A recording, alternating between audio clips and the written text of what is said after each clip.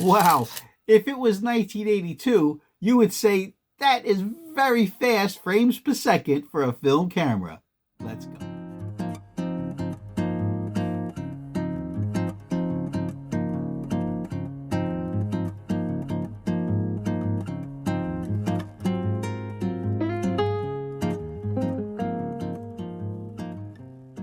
Hello everyone, Carmine from New York here. We're going to talk about the 1982 film camera Nikon FG.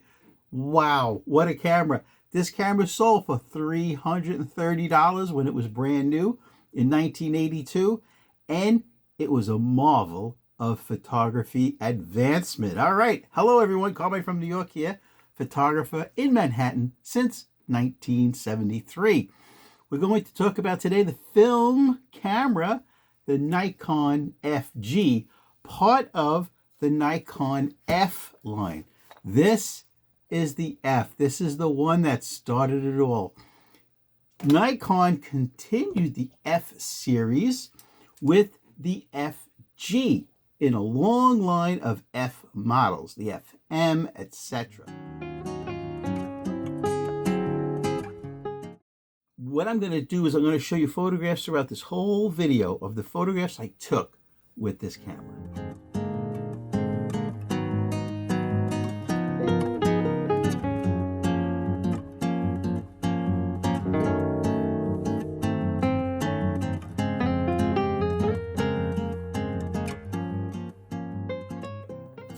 This camera is quite unique. It was the first camera with through the lens metering aperture priority.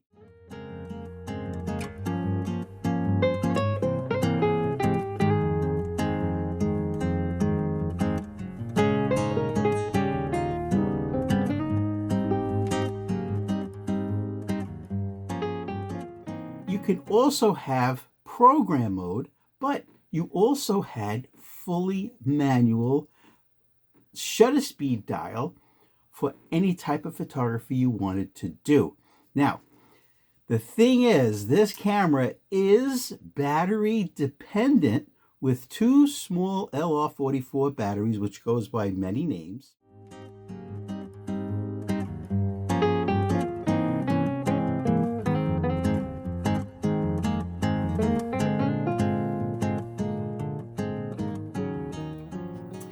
And the thing is, Nikon knew their customer. They knew that eventually you would be out in the field taking photographs with the FG and the battery would die. So they didn't want to leave you high and dry. So Nikon built in a safety mode. It's called M90. I'll put it on M90 for you now so you can hear it. I'll take the power winder off. It's the Nikon MD14.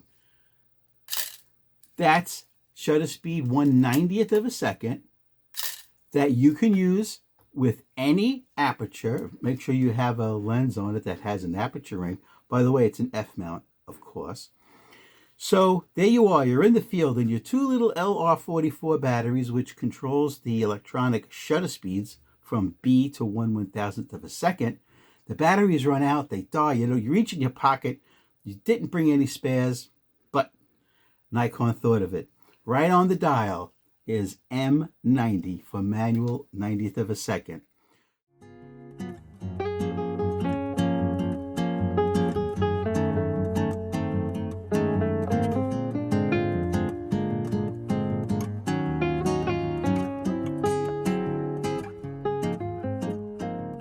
So the light meter won't work without a battery, which I want to show you a video of what the light meter looks like inside the viewfinder now.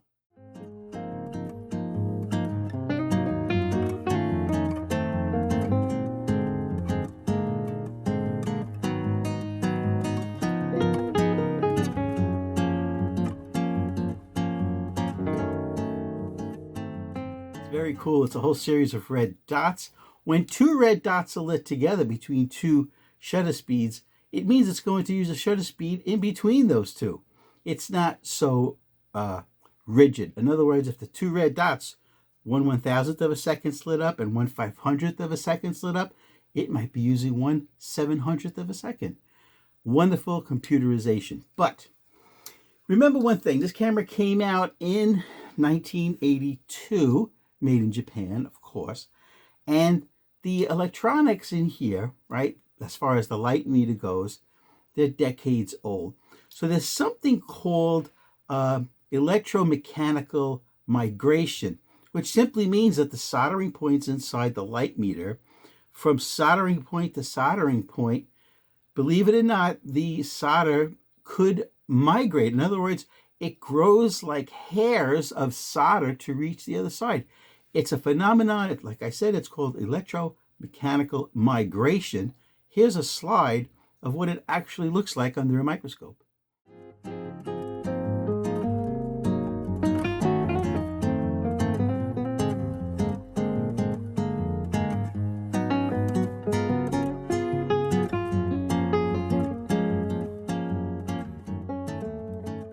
So if you have an old camera, should you really rely on the built-in light meter?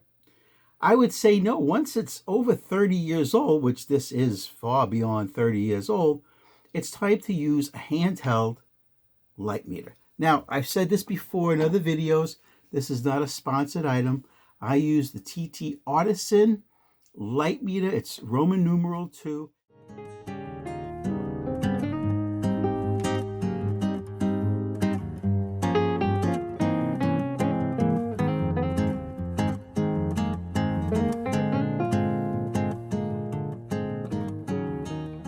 Under $100, and this will give you very accurate light meter readings. I use this instead of the built-in light meter on an older camera. All right, let's go through a few things.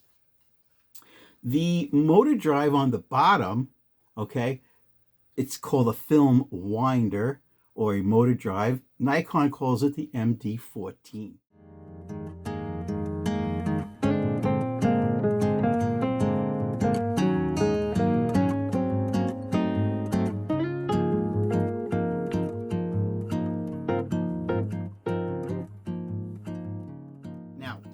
It has two speeds. This is the low speed. Okay, there's a switch on the back to go from high speed to low speed. Now, this is high speed. I have it set on the M90, right? That's 90th of a second. Let's see what it sounds like at 1/1000th of a second. That's high on the motor drive. That's low on the motor drive. And you could also turn it off and go right to manual at film advancing. Okay, a lot of things packed into the FG. So now, if you heard me say the price in the beginning was $330 when it came out new, and that's kind of low for a single lens reflex film camera from Nikon. One of the ways that they were able to lower the price is the body. All metal body, professional grade, okay? This one is not all metal. It's made of a very strong plastic. I don't know what it is, but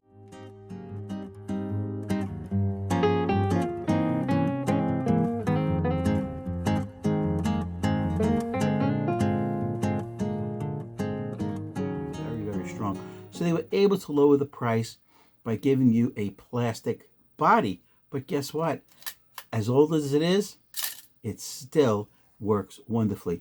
Now, I know a few of you are wondering what lens I have on the front. It's the Nikkor 85mm 1.4D lens. Okay, it's an autofocus lens, but it will not autofocus on a Nikon FG camera. Nikon FG is not an autofocus camera. It's all manual focusing. Now, just to get back to the motor drive for a minute, you make sure it's off, okay?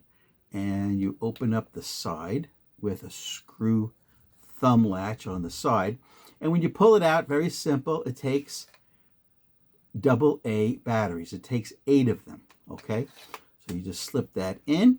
Now, what's the price of the MD14? You can find this MD14 in working condition.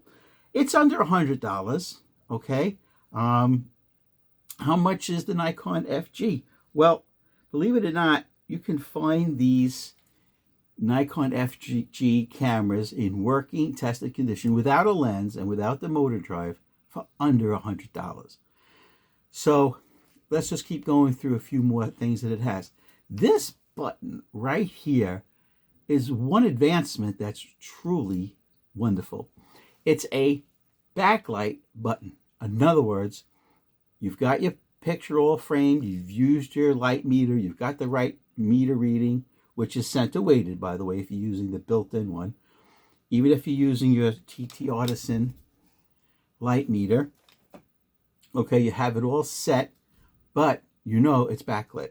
Whether it's a strong street light behind the subject or the sun, okay, you know that the subject is going to be a silhouette. You press this button on the FG, and that opens 2 stops by just holding the button down and taking the picture.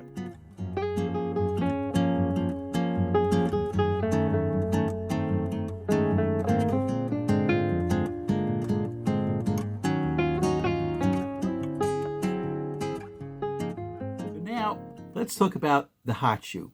This camera, the Nikon FG, has through the lens flash metering.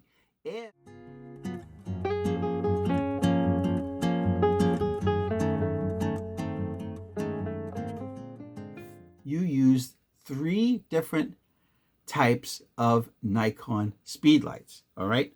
The Nikon speedlight SB15, the SB16B, or the SB18. Those 3 speedlights, flashes, are the ones that will work with through the lens flash metering with this camera. Now, if you're going to use the built-in light meter, make sure that over here you set the right ISO film speed for the film you're using. These photographs that you're looking at now were all taken with Arista EDU-DX film 100 ISO. I developed the film in my darkroom with Rodinal at 1+25.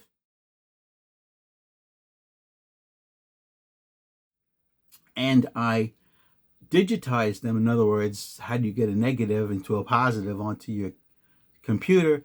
I used the JJC film digitizer. Something else I bought. Don't worry, it's not a sponsor.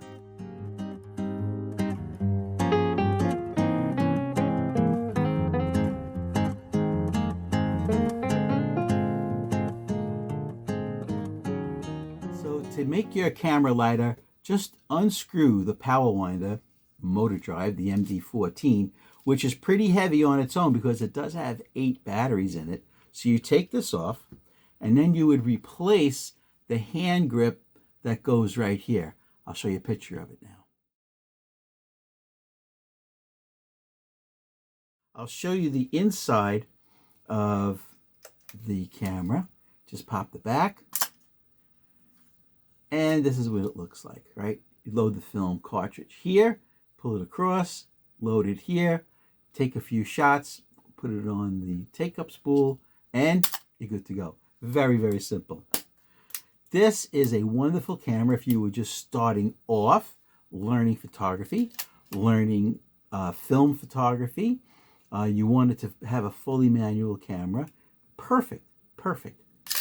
Not expensive at all. Like I said, it's under $100. So what I want you to do now, very important, I want you to comment below if you've ever used a Nikon camera, if you've ever used the Nikon FG, or what is your favorite film when you shoot film photographs.